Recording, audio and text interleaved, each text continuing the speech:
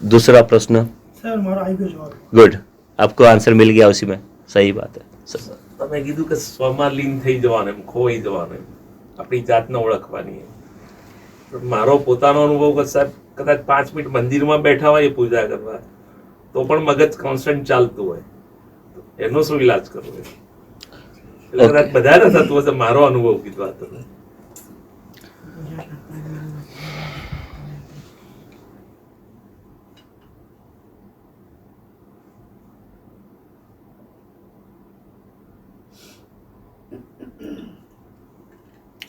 एक मेरी दरख्वास्त है,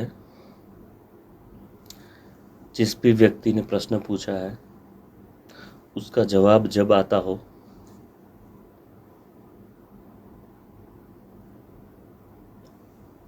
और उस तक जब मैं जवाब पहुंचा रहा होता हूं तब मेहरबानी करके बीच में कोई लिंक ब्रेक मत करो। एक दूसरा काम साथ में होता है जो आप नहीं देख सकते हो कि यहाँ से कुछ कनेक्ट हुआ है। आप सिर्फ घटना देखते रहो।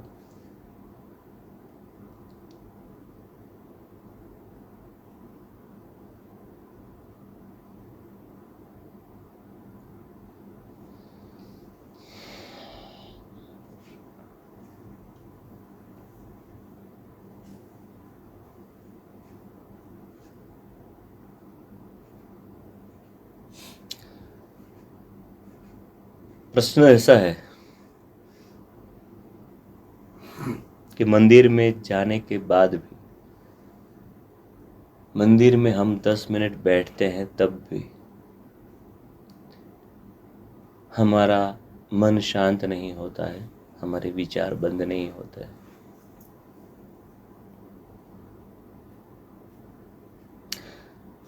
अभी अगले प्रश्न में ही मैंने जवाब यूं दिया,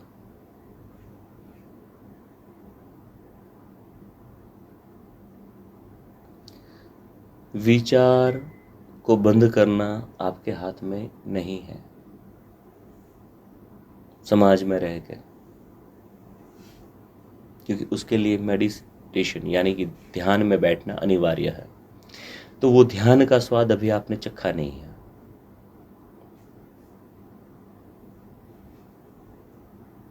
ध्यान की तरंग में आप उतरे ही नहीं है।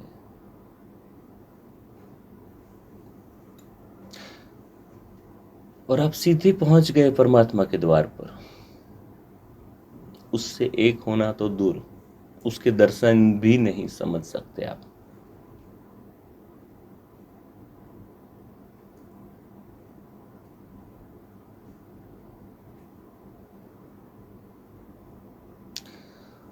अगर प्रथा से मंदिर गए हो तो ठीक है, मगर आपको भूख लगी है परमात्मा की, आपको तलब लगी है परमात्मा की,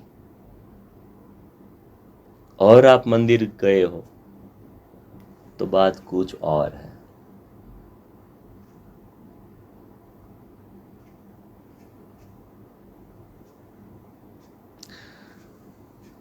आपने अपने आप को जबरदस्ती मंदिर भेजा है तो ध्यान नहीं लगेगा।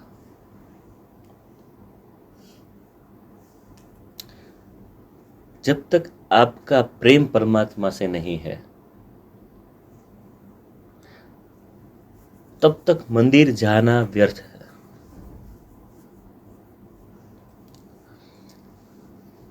एक थोड़ी बारीक और गुड बातें बताऊं मैं आप सबको। मंदिर क्या है पता है? मंदिर क्या है किसी को पता है?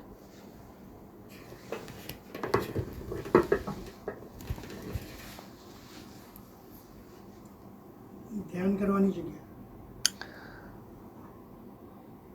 भारत के हर मंदिर में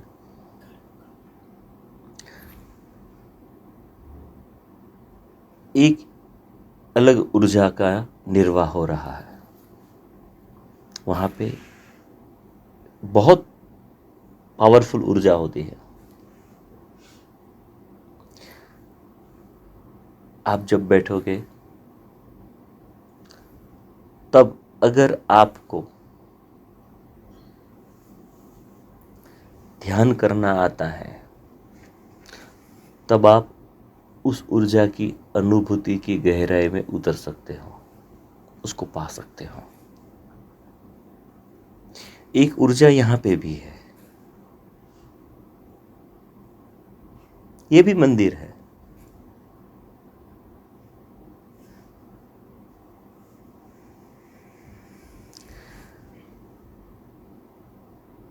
जब तक आपकी सोच और आपके विकार आपके विचारों में घुले मिले रहेंगे तब तक मंदिर की ऊर्जा आप प्राप्त नहीं कर सकते। फिर आप बोल रहे हो कि मंदिर में बैठ के भी मन शांत नहीं हो रहा है। क्यों गए मंदिर? किसने बोला था? उसकी इच्छा से ही जाते। नहीं तो फिर एक काम करो, आप कोई ऐसी जगह चले जाओ जहां आपके अलावा और कोई ना हो। जैसे कि अरे किसी बागीचे के कोने में जाके बैठ जाओ घर से निकलने के बाद, किसी वृक्ष के नीचे शांत होके बैठ जाओ।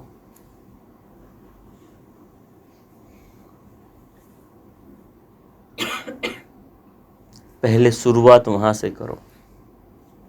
जब वहां पे आपको बैठना आ जाए, शांत होना आ जाए, अपने को जानना आ जाए, स्व में लीन होना आ जाए, स्व की पहचान शुरू हो जाए, स्व की यात्रा शुरू हो जाए, फिर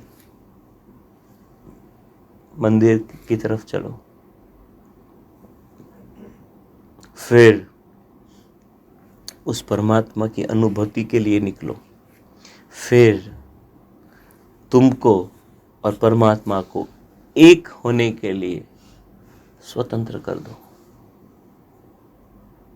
कुछ है ही नहीं।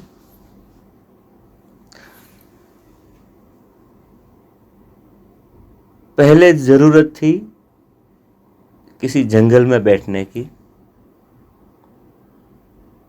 शांत होने की, फिर जाते मंदिर स्वच्छ होके। स्नान जैसे शरीर का आवश्यक है वैसे ही मन का आवश्यक है, और मन का स्नान एकांत में होता है। जैसे तन का स्नान एकांत में करते हैं आप ड्राइंग रूम में नहाते क्या?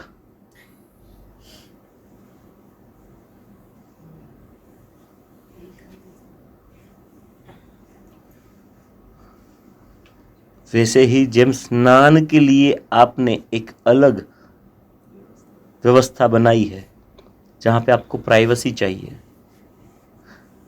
उसी तरह मन के स्नान के लिए एकांत में बैठो, शांत चित्त से बैठो। एक दिन में कुछ नहीं होने वाला।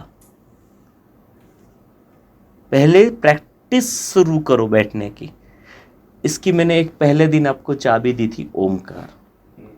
ओमकार करने के लिए मैंने नहीं बोला था कि सुबह आपको 3 बजे उठना है, 4 बजे उठना है, 5 बजे उठना है। मैंने बोला था कि जब भी आप बैठो ओमकार के लिए तो वो ही आपके लिए ब्रह्म मुहूर्त बन जाएगा। मगर ओमकार के लिए तभी बैठना जब आप शांत हो।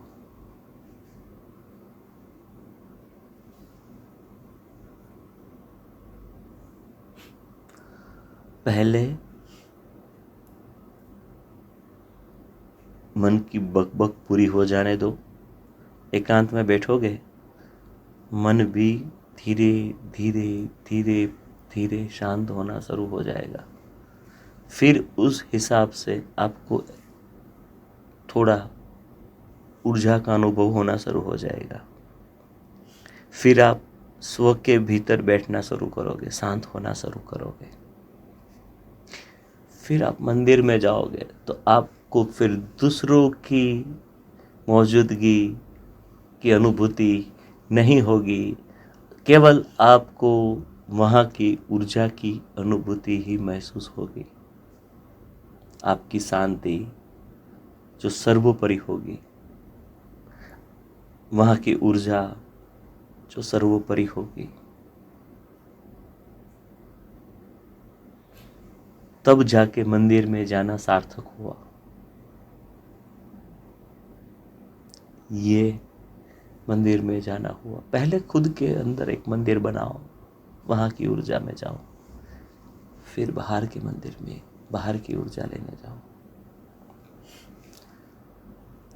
आपको समाधान मिला? ये ऐसी कोशिश करेंगे। आपको समाधान मिला? आप संतुष्ट हैं?